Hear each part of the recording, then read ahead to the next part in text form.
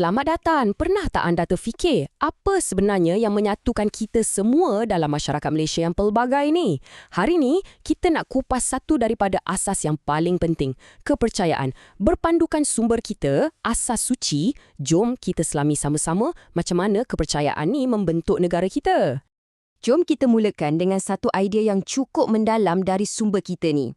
Apa yang nak disampaikan ialah, agama ni bukan sekadar amalan peribadi je tau, tapi ia membentuk siapa diri kita dan juga komuniti kita. Cuba fikir balik, macam mana kepercayaan anda atau orang sekeliling anda dah membentuk nilai dan cara anda pandang dunia. Dan ini bukan sekadar idea biasa-biasa ya, ia adalah asas negara kita. Prinsip yang pertama sekali dalam rukun negara ialah kepercayaan kepada Tuhan. Itu bukan kebetulan. Ada sebab kenapa ia diletakkan nombor satu. Ini menunjukkan yang dari dulu lagi, kepercayaan ini dianggap sebagai tulang belakang identiti kita sebagai rakyat Malaysia. Tapi kan, asas yang paling kukuh pun kalau tak dijaga, boleh retak.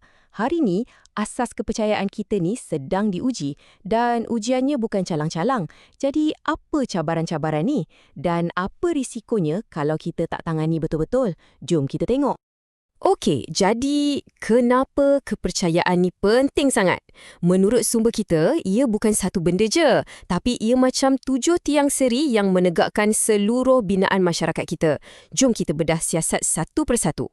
Segalanya bermula dari dalam diri kita. Cuba fikirkan, kepercayaan membentuk pribadi kita. Ia bagi kita satu kompas moral untuk kita navigasi dunia yang penuh cabaran ni. Dan yang ni saya rasa paling menarik, ia juga menggalakkan kita untuk sentiasa belajar. Bukan je pasal agama kita, tapi juga pasal kepercayaan orang lain. Ini semua tentang perkembangan diri dan saling memahami.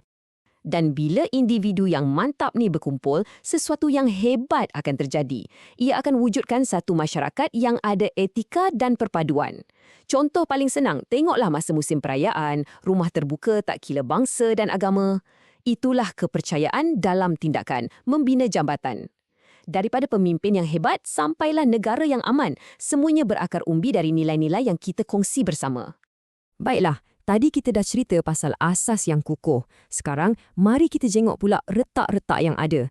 Apa sebenarnya ancaman moden yang sedang menghakis asas kepercayaan kita ni? Dan serius sangat kekerosakan tu. Sumber, kita pecahkan ancaman ni kepada 2 kumpulan besar. Satu, tekanan dari luar.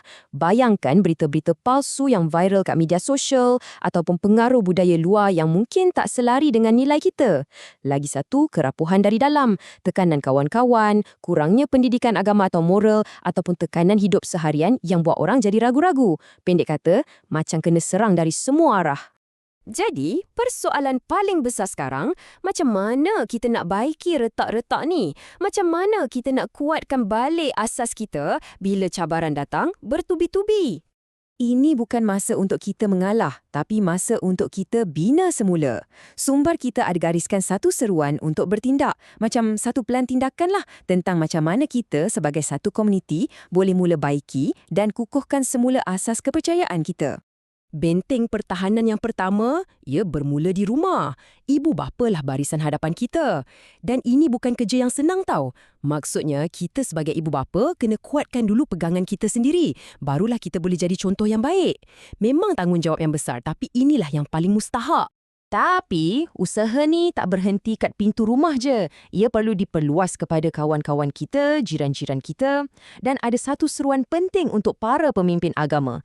Mereka perlu sesuaikan diri. Kena guna alatan moden macam media sosial, podcast, kandungan dalam talian untuk berhubung dengan generasi baru dengan cara mereka.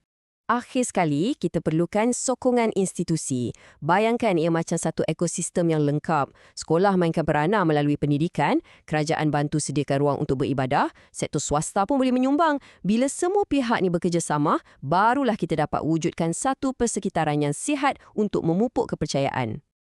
Jadi bila kita dah tengok semua ni, tiang-tiang yang kukuh, retak-retak yang ada dan cara-cara nak baikinya, apa kesimpulan besarnya? Semuanya kembali kepada satu idea yang sangat penting. Ini adalah tanggungjawab kita bersama.